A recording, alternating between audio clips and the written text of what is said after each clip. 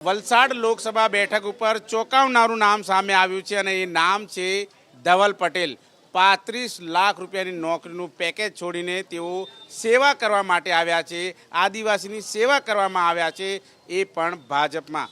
જીતીને તેઓ શું કરશે, સીધી ચર્ચા શરૂ કરીશું ધવલ પટેલ સાથે। ધવલભાઈ, આદિવાસી નેતા છો, 35 લાખનું પેકેજ કેમ જતું કર્યું?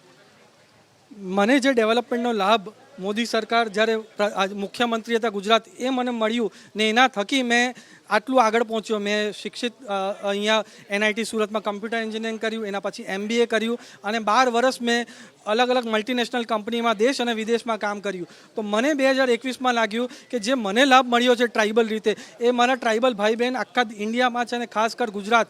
અને સૌથી ઇમ્પોર્ટન્ટ, જો હું પોતે વલસાડ લોકસભા સીટનો મૂળ રહેવાસી છું, ત્યાંના લોકોને કેમ લાભ ન મળે, એટલા માટે મેં નોકરી છોડીને અમારા આદિવાસીઓ માટે ઝંપલાવ્યું છે।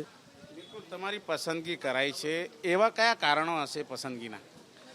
એ અમારા શ્રેષ્ઠ નેતૃત્વને વધારે આઈડિયા હશે, પણ અમારું શ્રેષ્ઠ નેતૃત્વ એટલું સારું છે કે એ બધે કાર્યકરને જોઈ છે, કાર્યકર શું કાર્ય કરે છે, એમનું જે પણ ઓફર આપી છે તેમાં મને ભારતીય જનતા પાર્ટીમાં ST મોરચામાં સોશિયલ મીડિયા પ્રમુખની જવાબદારી આપી હતી। તો મેં લાસ્ટ 2.5 વર્ષમાં ભારતના જેટલા બી રાજ્યમાં ટ્રાઇબલ છે, હું બધા રાજ્યમાં પોતે ગયો છું। સોશિયલ મીડિયા પણ એકદમ સ્ટ્રોંગ કર્યું છે, ગ્રાઉન્ડમાં પણ કામ કર્યું છે અને ટ્રાઇબલના મુદ્દા શું છે, ટ્રાઇબલની શું એસ્પિરેશન, એ સમજ્યું છે। અને ટ્રાઇબલ માટે સ્પેશિયલ મેં 2 બુક લખી છે। પહેલી મેં બુક લખી છે 75 જનજાતિ ક્રાંતિવીર, જેમાં જે અમારા જનજાતિ ક્રાંતિવીરને આઝાદી માટે લડત આપી છે, એની પુસ્તક મેં લખી છે। અને બીજી પુસ્તક લખી છે મોદી વિથ ટ્રાઇબલ્સ। મોદીજીએ જ્યારે મુખ્યમંત્રી હતા ત્યારે ટ્રાઇબલ્સ માટે શું કામ કર્યું છે અને પ્રધાનમંત્રી બન્યા એના પછી શું શું કામ કર્યું છે, એકદમ ડિટેલમાં પોલિસી વાઇઝ લખ્યું છે। એટલે મને ડિટેલમાં ખબર છે કે પોલિસી શું છે, સ્કીમ શું છે। એટલે મેં ઈચ્છું છું કે આ વલસાડ લોકસભામાં આ સ્કીમ વધુ સારી રીતે ગ્રાઉન્ડ પર ઇમ્પ્લિમેન્ટ કરું। જે રીતે લોકસભા બેઠક છે, તમારી સામે કોંગ્રેસના કદ્દાવર નેતા છે આનંદ પટેલ, જી, કઈ રીતે લડી શકશો એમની સામે?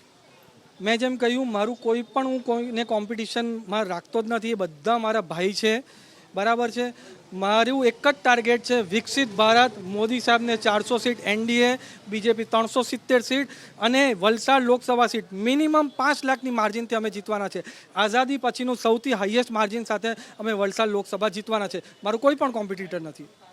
આદિવાસીઓ માટે ધવલ પટેલનું સ્વપ્ન શું છે? આદિવાસીઓ માટે શું કરવા માંગો છો?